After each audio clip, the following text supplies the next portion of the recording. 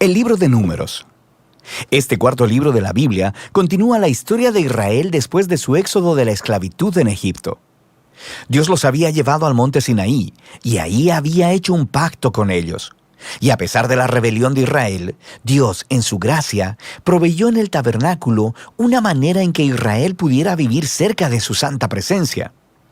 Así que el libro de Números comienza cuando Israel termina su estadía de 1 año en el monte Sinaí, y ellos se dirigen al desierto en camino a la tierra que Dios le prometió a Abraham. La narrativa del libro está diseñada de acuerdo a las etapas de su viaje, así que la primera sección empieza en el monte Sinaí, pero luego ellos salen y viajan al desierto de Parán. Y luego, después de ahí, viajan a las llanuras de Moab, que están justo frente a la tierra prometida. Ahora, la primera parte inicia con un censo donde el pueblo es contado, y de ahí viene el nombre del libro. Y luego hay leyes sobre cómo las tribus de Israel debían ser acomodadas en el campamento. Así que el tabernáculo debía ir en el centro, y luego, alrededor de él, los sacerdotes y levitas, y alrededor de ellos, las 12 tribus cuidadosamente ordenadas con Judá a la cabeza. Todo esto era un símbolo elaborado sobre cómo la presencia santa de Dios estaba en el centro de su existencia como pueblo. Esto es seguido por toda una serie de leyes que comunicaban las leyes de pureza del libro de Levítico. Si la presencia de Dios iba a estar en medio de ellos, debía hacerse todo el esfuerzo para que el campamento fuera un lugar puro, un lugar que reciba la santidad de Dios. En el capítulo 10, la presencia de Dios se levanta del tabernáculo y guía a Israel lejos del Sinaí, hacia el desierto. E inmediatamente las cosas comienzan a marchar terriblemente mal. En el capítulo 11 el pueblo empieza a quejarse de hambre y sed y empiezan a decir que quieren regresar a Egipto. Luego, en el capítulo 12, incluso el hermano y la hermana de Moisés empiezan a oponerse y a hablar mal de él delante de todo el pueblo. Este viaje no tuvo un buen comienzo. La siguiente sección comienza cuando los israelitas llegan al desierto de Parán, más o menos a la mitad del camino a la tierra prometida. Y Dios le dice a Moisés que envía a los 12 espías, uno por cada tribu, para que puedan reconocer la tierra prometida. Y cuando todos los espías regresan, 10 de ellos dicen que no hay posibilidad de que Israel pueda sobrevivir allí, porque los cananeos los destruirán. Pero hay 2 espías, Caleb y Josué, que dicen que Dios puede salvarlos. Pero los 10 provocan al pueblo a una ira temerosa y empiezan a planear un motín. Van a nombrar un nuevo líder y regresar a Egipto. Así que Dios está comprensiblemente molesto y Moisés intercede en favor del pueblo. Él le pide a Dios que sea fiel a sus promesas a Abraham. Así que Dios lo hace, pero no a expensas de su justicia. Él le da a estos israelitas lo que ellos desean, no entrar a la tierra.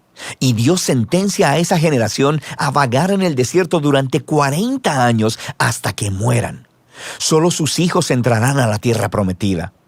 Ahora, tú pensarías que esta severa consecuencia los haría despertar, pero las cosas se ponen peor. En la siguiente historia aparece todo un grupo de levitas que empezaron una rebelión y retan el liderazgo de Moisés y de Aarón, diciendo que han ido demasiado lejos. De manera que Dios lidia severamente con estos levitas y renueva su compromiso con Moisés y Aarón como los líderes de Israel. Ahora, mientras dejan la región de Parán y vuelven a viajar, las cosas se empeoran de nuevo. Los israelitas empiezan a quejarse otra vez sobre su sed y le preguntan a Moisés, ¿por qué los sacó de Egipto? Así que Dios le dice a Moisés que le hable a una roca para sacar agua para todo el pueblo. Pero Moisés no hace eso, sino que excede los límites. Golpea la roca 2 veces y luego dice, ¡rebeldes! ¿Tenemos nosotros que sacarles agua de esta roca? Así que Moisés deshonra a Dios al ponerse en el lugar de Dios como el que provee agua. De manera que Moisés hace que caiga sobre sí mismo el mismo destino que el de la generación en el desierto. Él también morirá en el desierto y no podrá entrar en la tierra prometida. Después de esto, los israelitas se rebelan una vez más, y Dios trae un juicio muy extraño sobre ellos. Serpientes venenosas vienen y muerden al pueblo. Así que Moisés intercede una vez más a favor del pueblo. Y Dios le dice a Moisés que haga una serpiente de bronce y la levante en una asta. Y todo el que vea a esta serpiente sería sanado de la mordida venenosa.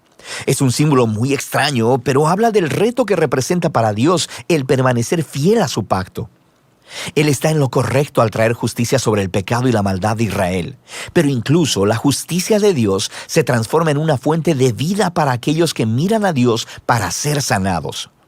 A partir de aquí, el pueblo se dirige a las llanuras de Moab. La primera parte principal de esta sección se enfoca en la extraña figura de Balaam.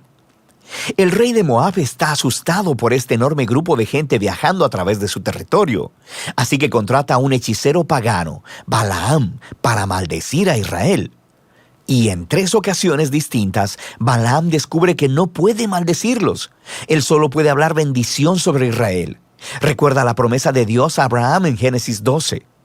Así que no solo Balaam no puede maldecir a Israel, sino que Dios le da una visión sobre un futuro rey israelita que un día traerá la justicia de Dios a todas las naciones. Esta visión recuerda la promesa de Jacob a Judá en Génesis capítulo 49.